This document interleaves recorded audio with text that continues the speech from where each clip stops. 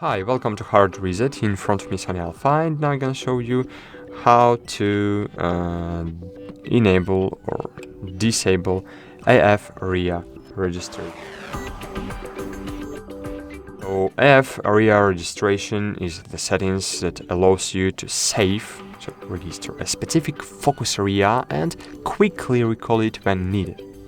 So on, it's when you can register a specific focus area, so this is useful if you often need to focus on the same spot within your frame and want to quickly switch to that focus area without manually adjusting it each time.